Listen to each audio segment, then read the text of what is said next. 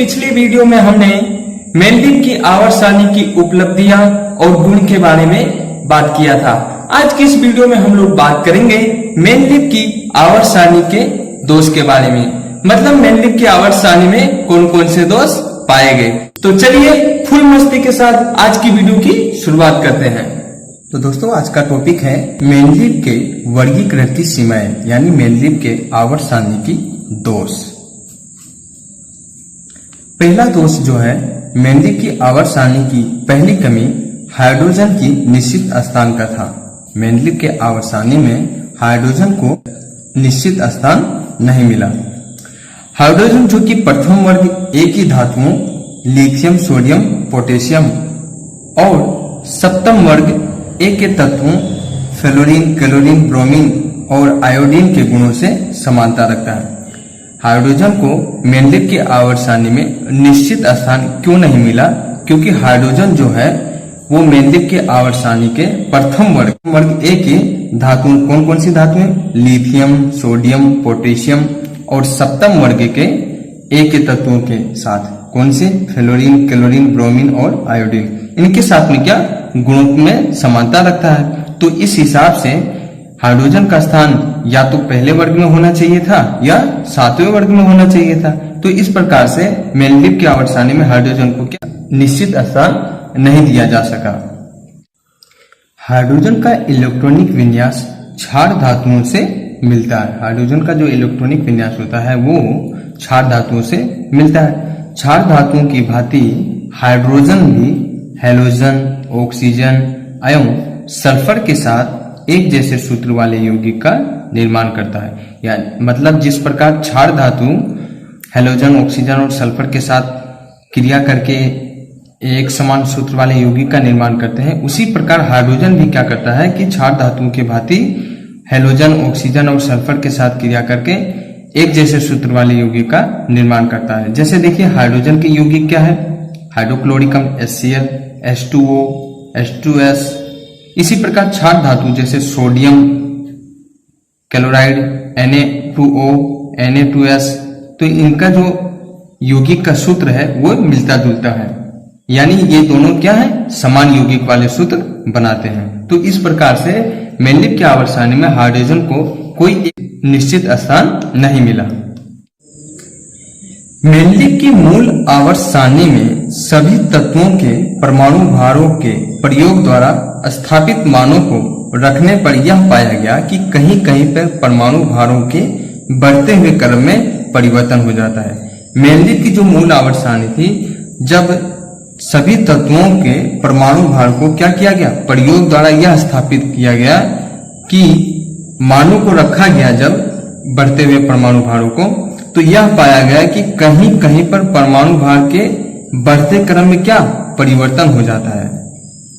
जैसे मेंडेलिव ने टेलुरियम का परमाणु भार 125 तथा आयोडीन का परमाणु भार 127 मानकर टेलुरियम को आयोडीन से क्या पहले रख दिया।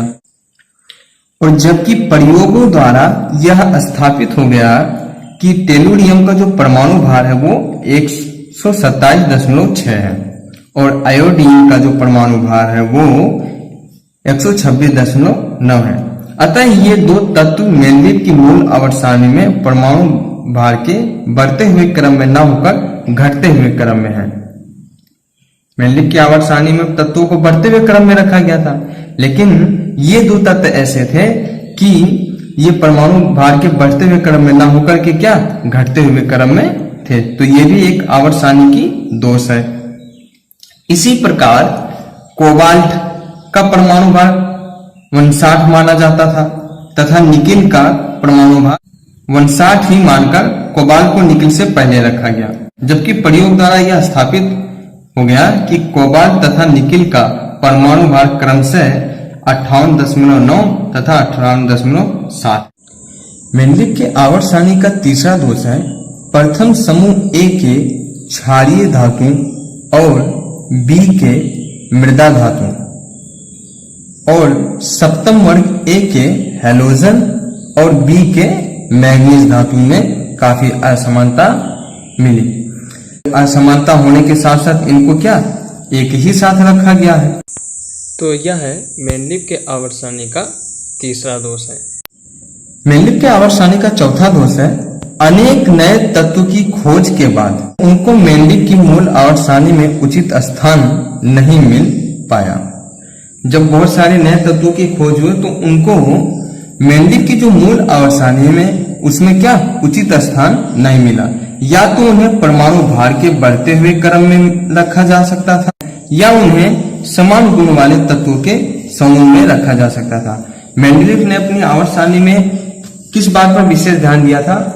उन्होंने क्या किया था कि तत्वों को परमाणु द्रव्यमान के बढ़ते हुए क्रम में न रखकर तत्वों को जितने भी तत्व थे उनको समान गुण धर्म वाले तत्वों को एक ही समूह में रखा जाए, इस बात पर उन्होंने विशेष ध्यान दिया था।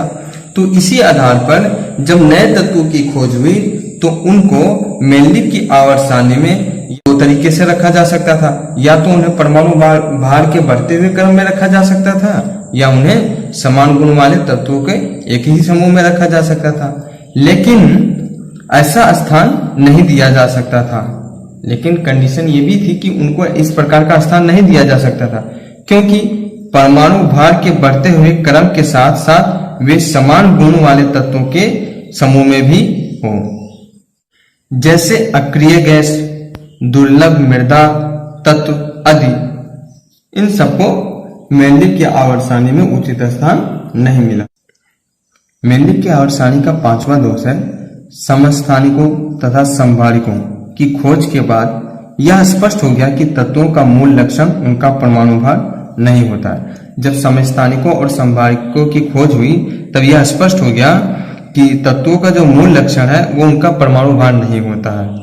तो इस प्रकार समस्थानिक क्या होते हैं? समस्थानिक वे परमाणु होते हैं जिनके परमाणु भार तो भिन्न होते हैं परंतु उनके परमाणु क्रमांक समान होते हैं और उनके गुण समान होते हैं। जैसे हाइड्रोजन के 3 समस्थानिक हैं, प्रोटियम 1s1, ड्यूटेरियम 1s2 और ट्राइटेरियम 1s3। तो ये हाइड्रोजन के कितने 3 समस्थानिक हैं। इसी प्रकार कार्बन के भी 3 समस्थानिक हैं, C6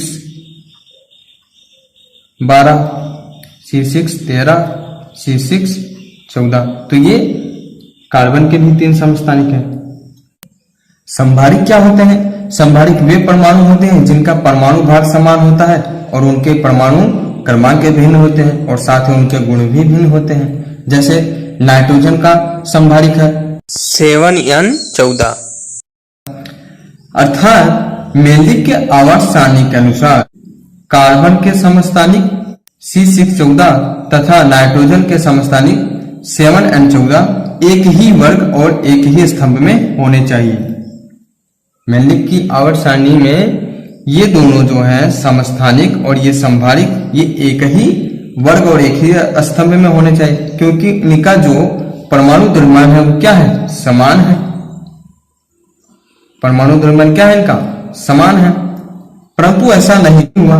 कार्बन को एक अलग समूह में रखा गया और नाइट्रोजन को अलग समूह में रखा गया। ये देखिए कार्बन है तो C614 को और N714 इन दोनों को एक ही समूह में रखना चाहिए था। लेकिन कार्बन जो है 4थे समूह में है और नाइट्रोजन कौन से 5वें समूह में है। इसी प्रकार हाइड्रोजन को भी क्लोरीन के समूह में होना चाहिए था क्योंकि H यानी हाइड्रोजन जो है कभी +1 धनात्मक तो कभी -1 ऋणात्मक होता है, परंतु मेनलिप की सारणी में ऐसा नहीं हुआ। इसके साथ ही मेनलिप की आवर्त सारणी में एक्टिनाइड लेथेनाइड तत्वों को भी स्थान नहीं मिला, अक्रिय गैसों को भी स्थान नहीं मिला। तो दोस्तों इस वीडियो में यहीं तक, मिलते हैं नेक्स्ट वीडियो में नेक्स्ट टॉपिक के साथ। मैं उम्मीद करता हूं कि आपको ये वीडियो पसंद आया होगा। अगर आपको वीडियो पसंद आया है तो वीडियो को लाइक करें, दोस्तों को शेयर करें और अगर अभी तक आपने मेरा चैनल सब्सक्राइब नहीं किया है तो चैनल को सब्सक्राइब करें, घंटी वाली बटन दबाएं तथा ऑल पर क्लिक कर दें ताकि जैसे ही मैं कोई वीडियो अपलोड करूं तो उसकी सूचना आपको तुरंत मिले।